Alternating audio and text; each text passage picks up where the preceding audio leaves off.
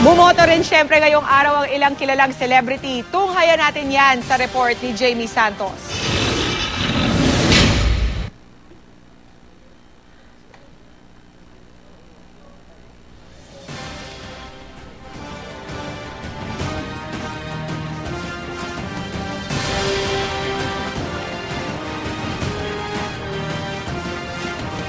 Agaw pansin si Mami Jonisha Pacquiao nang dumating sa Saway Elementary School sa Sarangani. Nakasuot ng saya na pinatungan ng asul na tela at nakaputing belo pa. At bago bumoto, nagdasal muna si Mami D. Sa Kiambay Central Elementary School naman bumoto ang kanyang anak na si Pambansang Kamao at re-electionist Sarangani Representative Manny Pacquiao. Sa Kitagas Elementary School naman nagtungo ang asawa niyang si Jinky na tumatakbong Vice Governor ng Sarangani. Sa Cebu City, dinumog ng tao ang pamilya ni Annabel Rama na tumatakbo bilang congresswoman ng 1st District doon. Bumoto sa Zapatera Elementary School ang mag-asawang Annabel at Eddie Gutierrez at mga anak nilang sina Richard at Richie Paul. Sa Kamputhao Elementary School naman ang presinto ng iba pa nilang anak na sina Rufo at Rocky.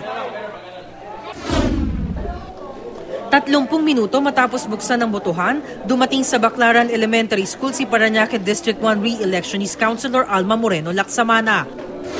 Sa Tahanan Multipurpose Hall naman sa BF Homes, halos magkasunod na dumating sina District 2 Re-electionist Councilor Ryan Iliana at si Joey Marquez na tumatakbo naman sa pagkakongresista sa District 2 ng Parañaque.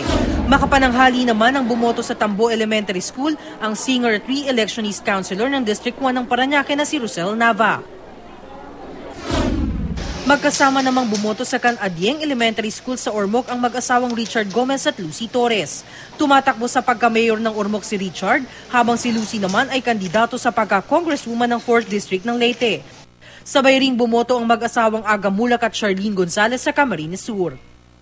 Tumatakbo si Mulak bilang congressman ng 4th District doon.